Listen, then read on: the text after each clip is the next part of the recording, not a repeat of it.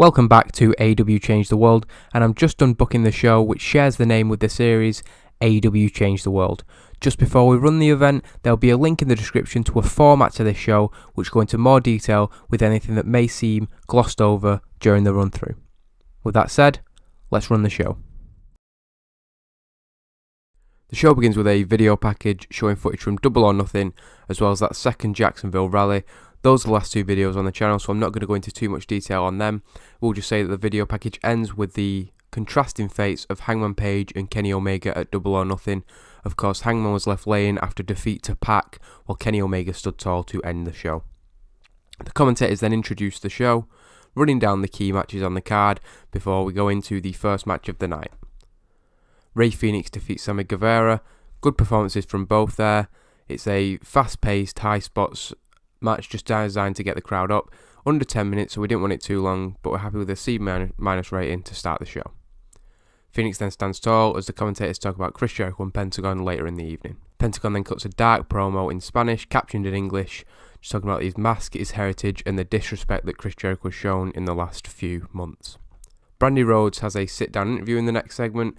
She talks about the ever-growing women's roster of AEW and teases that there will be news of the AEW World Women's Championship coming very, very soon. This leads into the second match of the night, Sadie Gibbs v Kylie Rae. Sadie Gibbs goes over, winning with a cross arm breaker. The idea is just that Sadie Gibbs is a newcomer, somebody we can establish as a credible threat to the championship right off the bat. Kylie Rae lost on the first show, and she's an underdog, so it doesn't hurt her too much to pick up a few losses before we eventually build her back up as part of the division. Sadie Gibbs then stands tall. Don Callis and Excalibur then announce the next show, which will be All Out. This leads into a video package which promotes that the event will be in Chicago, Illinois. The video package also confirms that the first AEW Men's World Championship match will take place on that show. We then get an in-ring segment, SoCal Uncensored cutting a promo about their victory at Double or Nothing before they're interrupted by Sonny Kiss and his best friends. The segment is just designed to put over the six personalities in the ring, trying to set up a dynamic between Sonny Kiss and the best friends. It's just supposed to be an entertaining segment, unscripted, just go out and try and entertain the fans. In the match, SoCal Uncensored defeat Kiss and the best friends, just the more established group, and Sky pins Chuck Taylor. See there, Chris Daniels carried the match, C rating, so given the ratings we've been getting, that's important, so we could probably have a big singles match coming up soon. They stand tall in the ring celebrating. We then go to an interview with Chris Jericho, who has the mask that he wore when he dressed as Penta at All In. He claims that was the most relevant Pentagon ever was, and it was the biggest reaction of his career. Tonight isn't just about that though, it's about proving that Chris Jericho is the reason AEW is selling out buildings and changing the universe. He says that's not down to the Elite, and it's not down to Pentagon, that is simply down to Chris Jericho. We then get a quick video package, just looking at Cody and Marty, putting the differences behind them. All seemed well in the Elite. Cody also told Marty that he would be facing Pac. Pac then defeats Marty Scurll. It's a competitive match, but the Black Arrow is enough for Pac to win.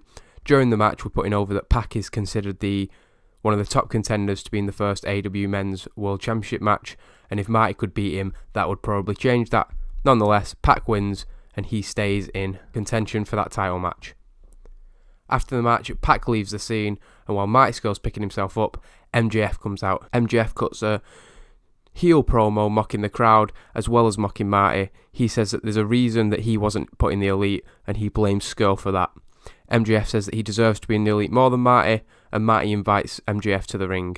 When MJF refuses to enter the ring, he is jumped from the crowd by Joey Janela. Janela lays into MJF before taking his microphone and telling him that he's coming back and he's coming for MJF. In the back, Pac is by now being interviewed.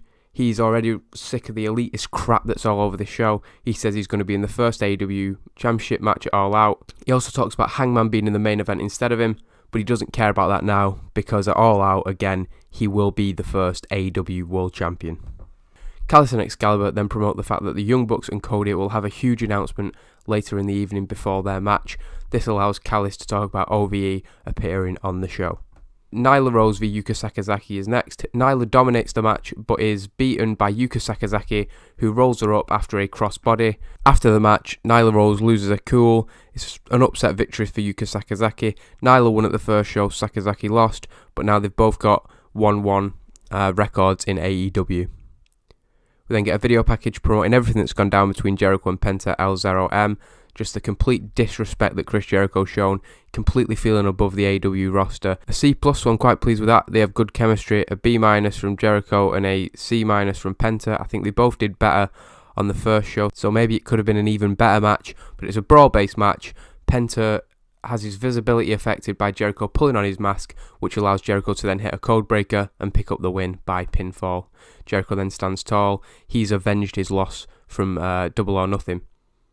Don Callis and Excalibur then talk about the AEW World Championship match at All Out. They confirm that Pac will compete in that match, as well as the winner of Kenny Omega v Hangman Page in the main event tonight. We then get a Hangman Page interview, which I have not put anything in for.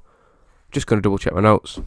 So we get a passionate promo from Hangman Page. He talks about this being the biggest match of his career. While he's friends with Kenny Omega, there's nothing he will not do to win the match tonight. He puts over how close he came to beating Pac at Double or Nothing, and how he will beat him to become the first champion at All Out in Chicago. I don't know what happened there because I must have double clicked by mistake, but that's wrong as well. So I'm not sure what happens there. I think I've just double clicked there, which is annoying, and I've made a mistake because Aja Kong doesn't win. Aja Kong faced Britt Baker. The commentators put over during the match what a legend Kong is and the championship ambitions of Britt Baker. Kong's in control, but Britt Baker fights back. A series of strikes then allows Britt Baker to break down Aja Kong, which eventually lets her win the match with a Shining Wizard. Aja Kong had announced a retirement in game, so we just used her to get over Britt Baker, who's probably the most established female member of the roster. Yeah, it's supposed to be a post-match celebration for Britt Baker there, but obviously I've put the wrong name in.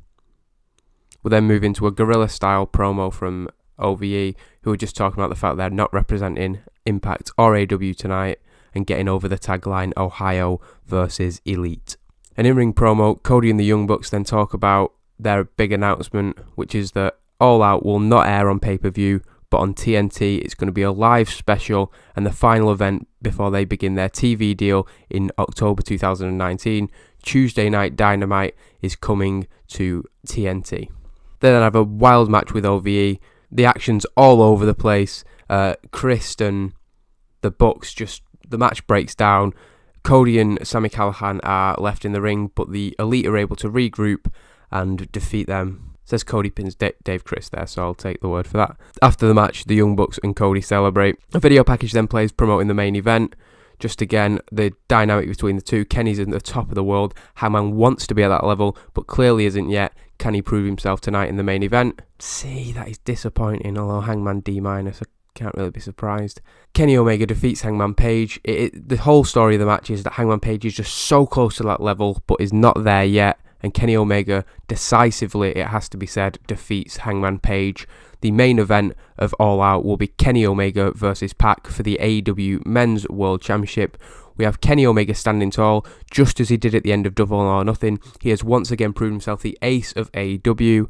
However, somebody who doesn't agree with that is Pac, and he comes out to the top of the ramp. The second AEW show, Change the World, ends with a stare down between Pac and Kenny Omega. That's the main event of our next show.